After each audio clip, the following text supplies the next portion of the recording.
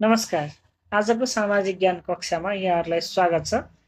आज हामी चर्चा गरौँ एकाइ 3 अन्तर्गतको हाम्रा सामाजिक मूल्य मान्यता अन्तर्गत हाम्रा राष्ट्रिय सम्पदाहरूको बारेमा। अब सम्पदा भन्ने शब्दले चाहिँ के बुझाउँछ भने त्यस्तो कुनै पनि वस्तु जो चाहिँ धेरै अगाडिको समयदेखि यहाँ रहेको होस् र त्यसको आयु अझै लामो होस् कि मानव जीवन फेरिँदा पनि त्यो वस्तु यथावत रूपमा रहोस् र त्यसले पुस्ता पुस्तामाझ आफ्नो गौरव कायम राख्न सकोस् या त्यसको महत्त्व कायम रहोस्, त्यस्तो चिजलाई चाहिँ हामी सम्पदा भनेर चिन्छौँ। र सामान्य अर्थमा सम्पत्ति भनेर बुझ्दा हुन्छ।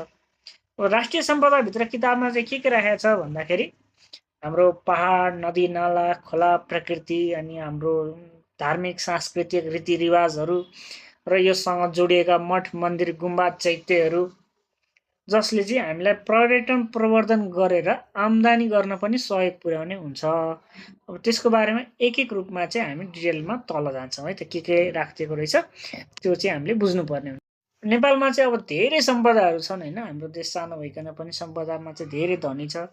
किताबमा चाहिँ भाइ बहिनीहरूलाई विश्व सम्पदा सूचीमा परेका विभिन्न क्षेत्रहरूको बारेमा चाहिँ अध्ययन अध्यापन गर्नलाई सुझाइएको रहेछ। त्यसमध्ये एक चाहिँ अब सगरमाथा राष्ट्रिय निकुञ्ज पर्छ। सगरमाथा राष्ट्रिय निकुञ्ज चाहिँ किन पर्छ भन्दा सगरमाथा आफैमा एउटा विश्वको सबभन्दा अग्लो हिमाल भयो, त्यो शिखर भयो। यो चाहिँ अब नेपालको मात्र होइन विश्वकै सम्पदा हो। त्यस हिसाबले यसको संरक्षण गर्नुपर्छ भन्छ विश्व सम्पदाले। यो चाहिँ किन त भन्दा त्यहाँ पाइने जीवजन्तु, हावापानी, प्रकृति, पर्यटन, खोला नाला जो हिमनदीहरू छन् त्यहाँबाट बग्दै आउने तिनीहरूको कारणले गर्दाखेरि पनि सगरमाथा राष्ट्रिय निकुञ्ज चाहिँ एक संरक्षित क्षेत्रको रूपमा नेपालमा रहेको छ। त्यसै गरी अर्को छ चितवन राष्ट्रिय निकुञ्ज। अब विश्वमै दुर्लभ एकसिङे गैंडाको वासस्थानको रूपमा रहेको चितवन राष्ट्रिय निकुञ्ज चाहिँ अब दोस्रो सम्पदा, विशेष सम्पदाको रूपमा हामीमाझ चर्चामा रहेको छ।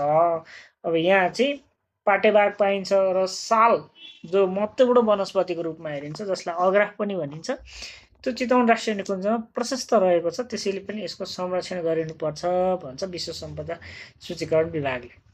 त्यस्तै हाम्रो धार्मिक मठ मन्दिरमा चाहिँ पाशुपत क्षेत्रलाई पनि सम्पदाको रूपमा लिएको छ। पाशुपत क्षेत्र चाहिँ यो संस्कृतमा हो, नेपालीमा चाहिँ पशुपति क्षेत्र भनिन्छ। अब यो चाहिँ किन रहेको छ भन्दा पशुपतिनाथको उत्पत्ति कहिले भयो भनेर पनि हामीसँग ठोस प्रमाण छैन। किंवदन्तीहरू अनुसार चाहिँ हामीले त्यसलाई मानिरहेका छौँ, पछ्याइरहेका छौँ। अब त्यहाँ भएको मठ मन्दिरहरू यति प्राचीन छन्, मूर्तिहरू यति महत्त्वपूर्ण छन्, ऐतिहासिक कलाकृतिहरू यति महत्त्वपूर्ण छ र यो हाम्रो विशेष गरी आस्था